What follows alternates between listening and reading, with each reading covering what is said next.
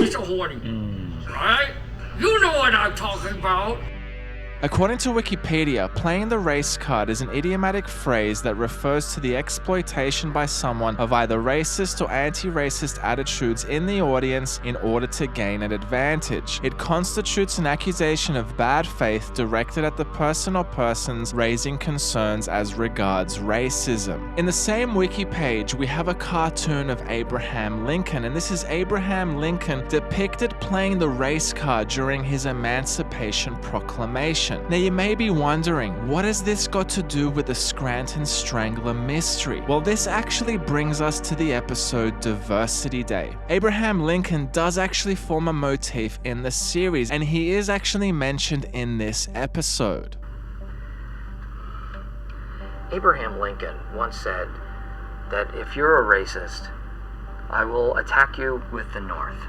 But more interestingly, Michael writes down a whole bunch of races on cards, gives it to the staff, and they end up playing race cards. What you're seeing here, Task Force, is the physical manifestation of this phrase, playing the race card. To understand their significance, we need to look at it as a Scranton Strangler puzzle. And to solve the puzzle, we are going to play race cards as well. Mine eyes have seen the glory of the coming of the Lord.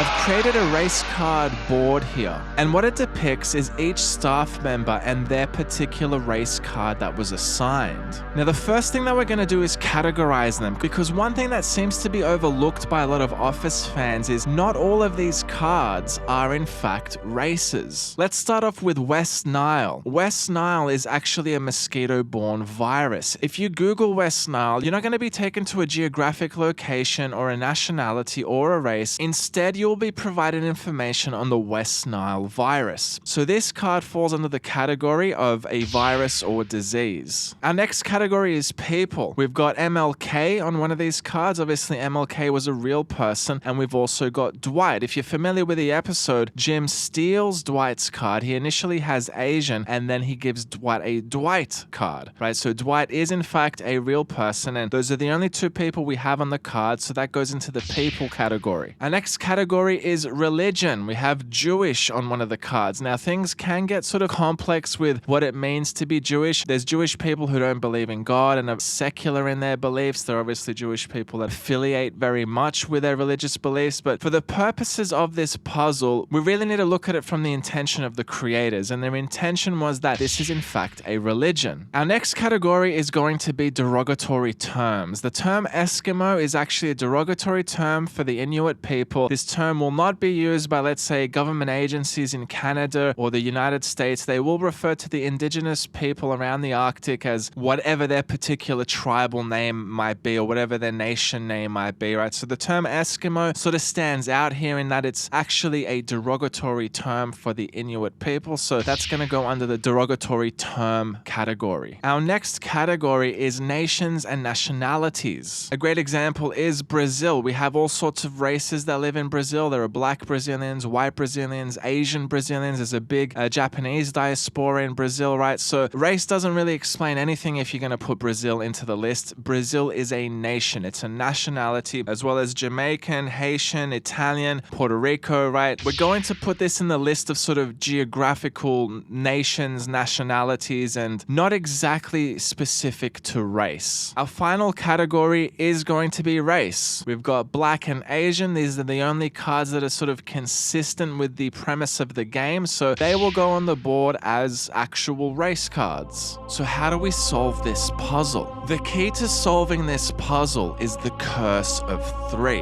I give you curse! I'll tell you what's going on.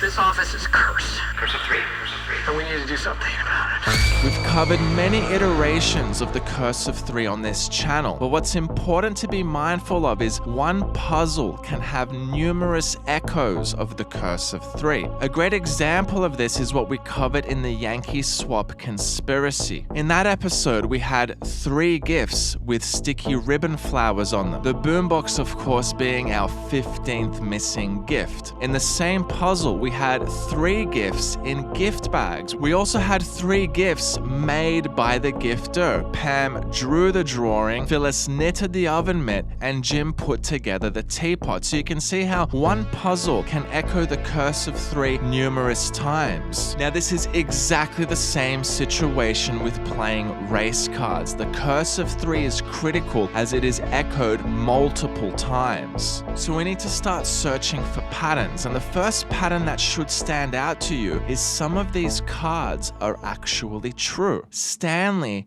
is in fact black. Similarly, Dwight is in fact Dwight. Now, there cannot be 2 task force. We know because of the Curse of 3, there must be 3. So one of these other cards is also depicting the truth. But which could it be? Phyllis is not Haitian, she's American, so it can't be this card. Oscar is also American. Yes, he's of Mexican ancestry, but he's American, not Eskimo. Angela is not Jamaican. Angela is also American. Kevin is obviously not Italian. He is also American. Meredith is not from Brazil. She's from America. Now, although Puerto Rico is one of the territories of the United States, Creed is not Puerto Rican. So it can't be this card. Pam is obviously not Jewish. Pam shares the same religion as Darryl in the series. Now, Michael is obviously not MLK, so that leaves us with the last card. Jim Halpert is Asian?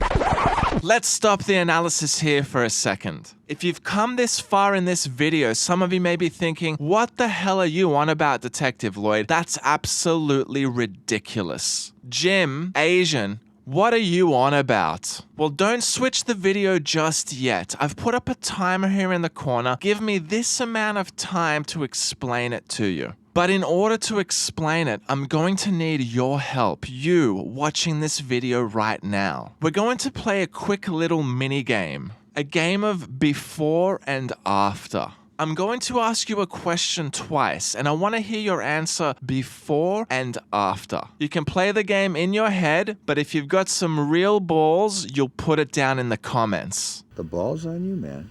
So here's the question. Why can't Jim Halpert be Asian? If you need more time, pause the video briefly and finish off your answers. Okay, so you've listed your reasons. Now I'm going to assume that one of your most obvious reasons is that John Krasinski isn't Asian. And that is obviously correct. John Krasinski is white of both Irish and Polish ancestry. Okay, so we've worked out the obvious. Let's sideline Jim being Asian for a moment and let's just maybe consider a few other examples. Why can't, let's say, an American actor of Indian ancestry, why couldn't she, let's say, play Dorothy from A Wizard of Oz? Hey, no one even be better.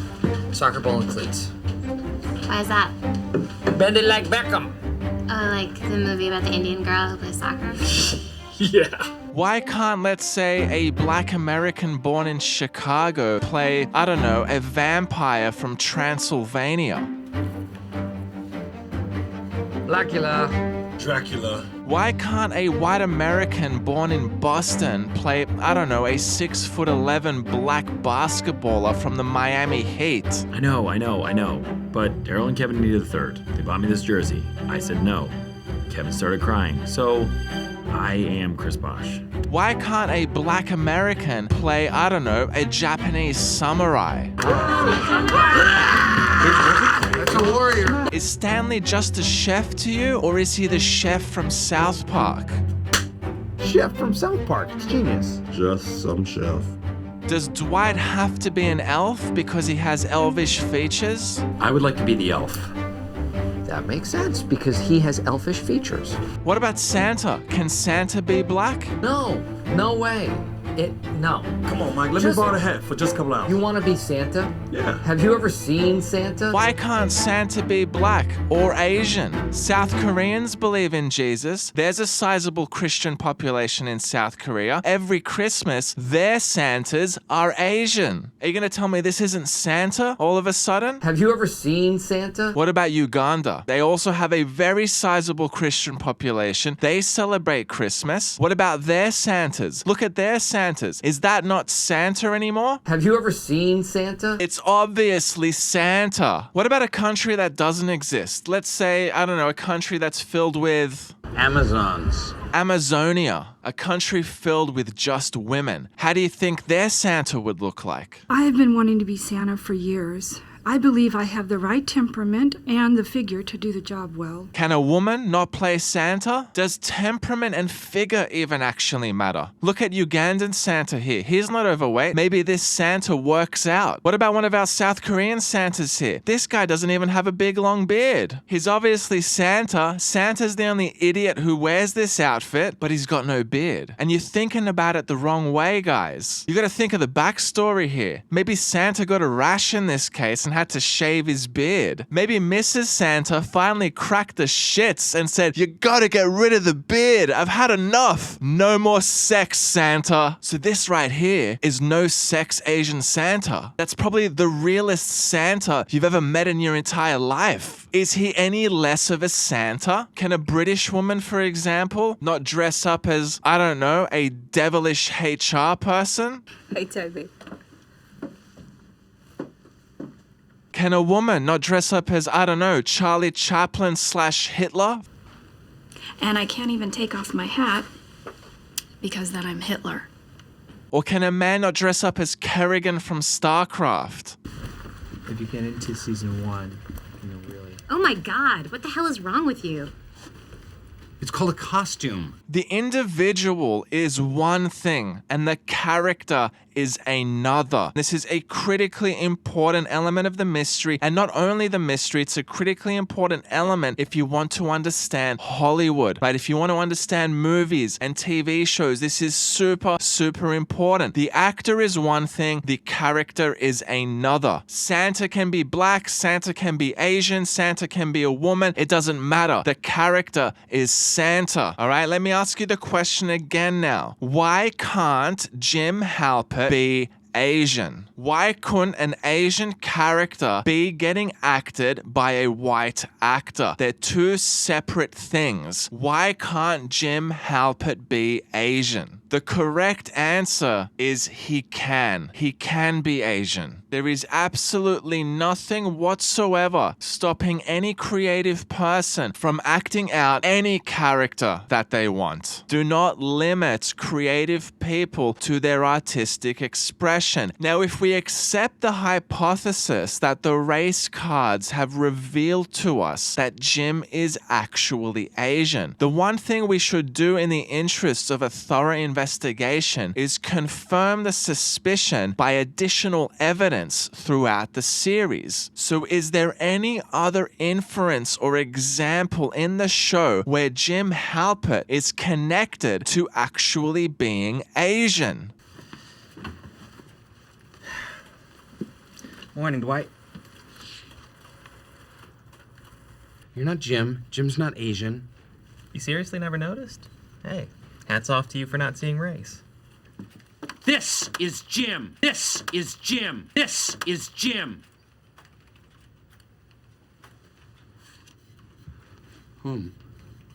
Asian Jim. We now have a motif, a strong motif developing between Jim Halpert actually being Asian. Jim Halpert, the character, is actually Asian. So as you can see, 3 of the cards were actually true. The next part of the puzzle is 3 cards were not on the initial race cards board. If you look at the footage in slow motion, you will notice that there are only 9 cards on the race card board. So 3 cards get added after the game has already begun. The first obvious addition is Michael's MLK card. This is why he already knows what it says. He also would have risked somebody else taking it had it been on the board. So card number 1 is Michael's MLK card. Card number 2 is the Dwight card. As we already know, Jim takes possession of the Asian card and replaces it with the Dwight card. If you look closely at the card, you will notice that Jim used a different marker, and more importantly, Jim uses lowercase lettering as opposed to Michael, who uses uppercase lettering for his race cards. And keep this in mind because the final card that wasn't on the board was devastating. Devon's West Nile card, and this is where the anomaly gets interesting. You will notice that this card is also in lowercase lettering, but it is written with a different marker. So this card wasn't written by Jim, and it wasn't written by Michael. So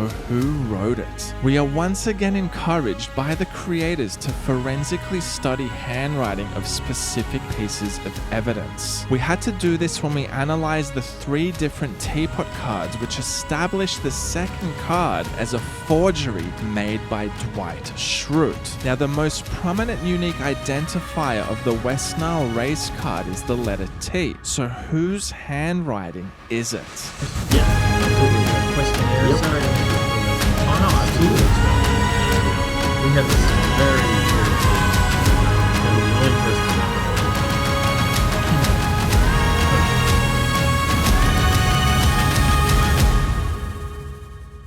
Pamela Beasley, our second Scranton Strangler, and the master to the apprentice that is Dwight K. Schrute. Now, why Pam has done this is still currently under investigation. In our fortnightly episode rewatches on Patreon, we have been discussing how Devon is part of the Pam and Dwight axes of Strangler. So please consider joining us on Patreon and subscribing, because this is an ongoing investigation. So 3 cards were true, 3 cards were added after the game began. Now comes the final element of the puzzle. There are 3 cards missing. 3 cards are missing on the board, and you must be wondering, how on earth are we meant to work that out? The key task force is the nation nationalities cards. If we list these locations on a map, you will notice that they communicate some sort of a journey. Now, every journey has a beginning, a middle, and an end, and similar to our medium suspect prophecy, we had the most suspected, least suspected, and the medium suspected. In the case of this journey, we are missing the beginning, the middle, and the end. Now, to work this out, we need to identify who the journey relates to. To answer this, we need to go back to the race cards, as there is only one character on the board, Dwight K. Schrute, one of our 2 Scranton Stranglers. So the journey relates to Dwight, and to work out the missing stages, we need knowledge of the entire series. So let's start with the end of the journey. Where does Dwight Schrute end up? Scranton, Pennsylvania, USA. So that's the final destination. That one is simple. What about the middle? Dwight does tell us an anecdote about his grandfather. My grandpa Mannheim is 103.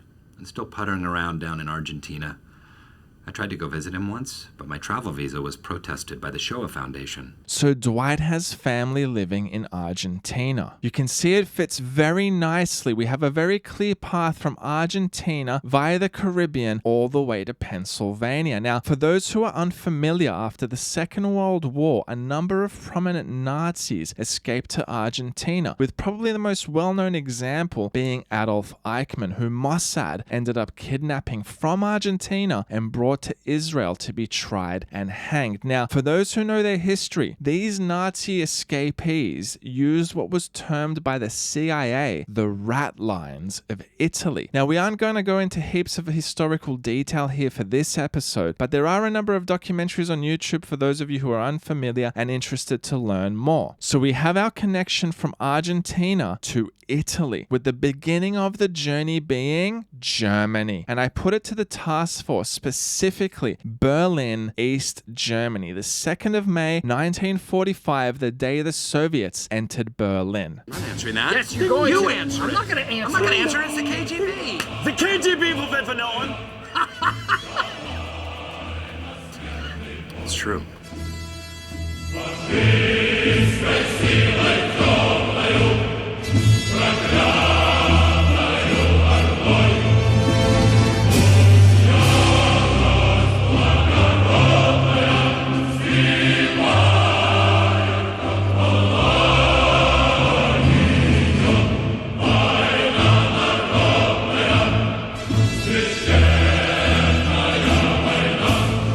My grandfather was a good man who did some very bad things. This is where the journey begins for Dwight's adopted family. And I want to stress that and remind everyone, as we covered in Boobs Beats Battlestar Galactica, Dwight was abducted as a baby from the hospital. The journey that is being communicated is the journey that Dwight's abductors took, not Dwight himself. But these are our missing 3 cards: USA, Argentina, East Germany. Now, if you've come this far in this analysis, you will know that this forms a massive implication. This would mean that all of the cards relate to Dwight somehow, with our Curse of 3 challenge being to find the 3 missing cards. We've now done that, but how can all of these cards possibly relate to Dwight? Let me explain. We know that the nation cards pertain to the journey taken by Dwight's Nazi abductors, so we can tick all of these off as explained. Let's move over to MLK. How does MLK fit the Dwight story? Well, something that MLK said forms a very strong motif in the series. I have a dream that one day every valley shall be exalted. Every hill and mountain shall be made low, the rough places will be made plain, and the crooked places will be made straight, and the glory of the Lord shall be revealed, and all flesh shall see it together. You know, this isn't just an exercise, this is real life. And I have a dream. Yes, I have a dream, and it's not some MLK dream for equality. I want to own a decommissioned lighthouse.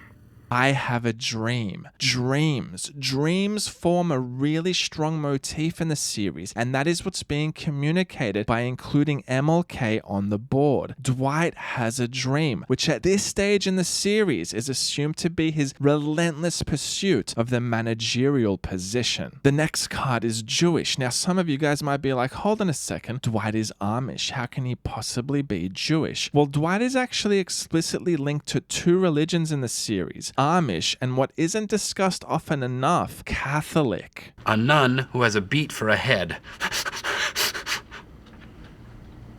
No, I'm Catholic too. Give me the phone. Now, we know there cannot be 2 of anything, Task Force. There must be 3. The race cards fulfill the curse and provide us with Dwight's 3rd religion, in this case, Jewish. Now, very briefly, it does make sense when you consider everything we have worked out so far. Dwight's Nazi abductors left Germany via the Vatican rat lines in Italy. It is therefore most likely, if not definitive, that they were Catholic. They escaped to Pennsylvania and joined the Amish community because they are German speaking and were able to disguise their whereabouts. When they finally abduct Dwight, they abduct him from a Jewish couple. Everything fits from an investigative perspective. The next card is Eskimo. Now, you may be like, Detective Lloyd, how are you going to explain this one? This one is actually quite easy. We've already established that Eskimo is in fact a derogatory term for the Inuit people. But why is it considered derogatory? Well, Eskimo, at least for a period of time, was believed to mean eater of raw meat. I have this article here from the Canadian website Global News. Many historians believe the origin of Eskimo comes from an Algonquin term, my apologies if I'm mispronouncing that, meaning eaters of raw meat, and it wasn't used in a nice way. When Europeans first settled in North America, they asked different Aboriginal tribes what others were called, Sinclair explains. That included pointing at a group of northern dwellers who ate flesh from seals and whales. So the Europeans come in and they're talking to the Cree and say, who are those people? Oh, those are the meat eaters over there. Now, as the article states, there are other theories for the term's origin, but for the purposes of relating the race card to Dwight, the connection is simple. Dwight eats raw meat, and even more disturbingly, there does seem to be a connection to cannibalistic tendencies. How's your meat? Dry. Delicious. Pastry cubes made of sugar and fat? No, thank you. I'll stick with my jerky. I invented a device called Burger on the Go. It allows you to obtain 6 regular-sized hamburgers, or 12 sliders, from a horse without killing the animal. What is it? Don't touch it. Somebody's found the hog maw. Are you okay? Oh my God. Daddy. Oh my God.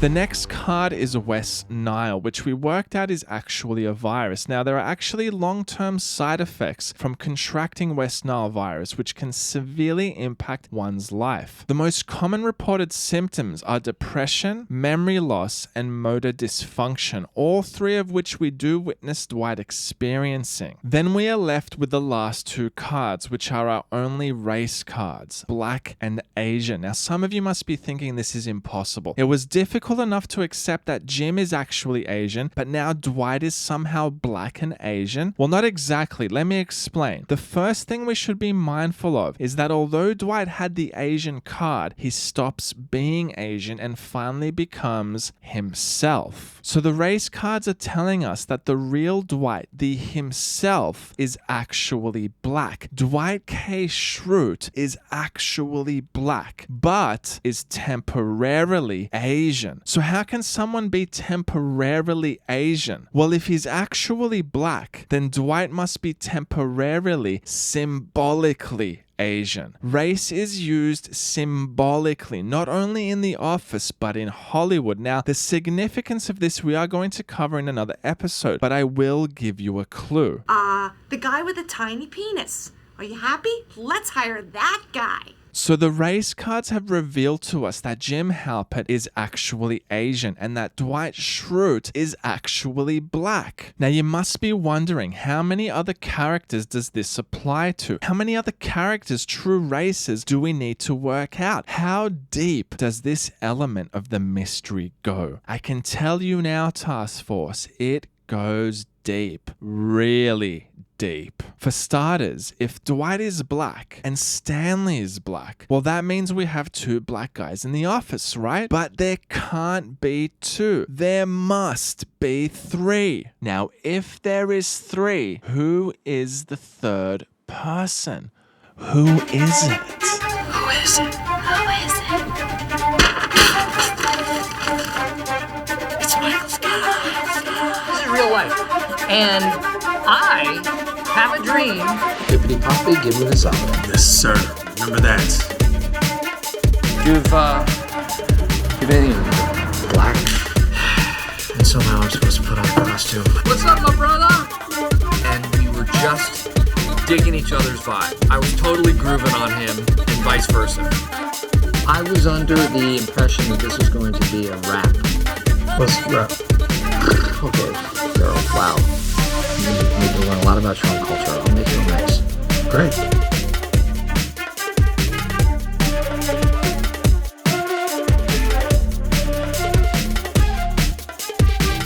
Oh, you, my friend, would be the belle of Duval.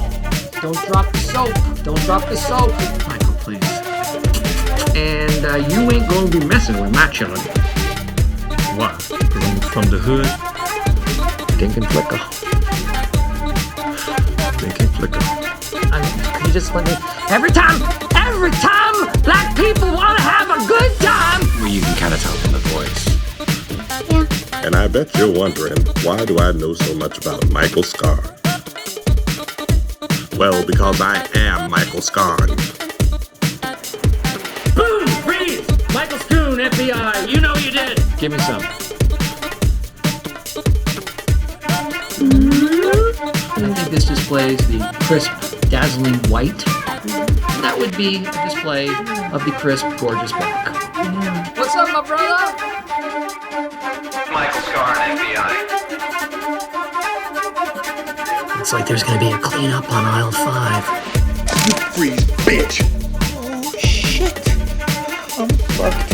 Now back up, put the gun down, and give me a pack of tropical fruit bubblicious. And some Skittles. What's up, my brother?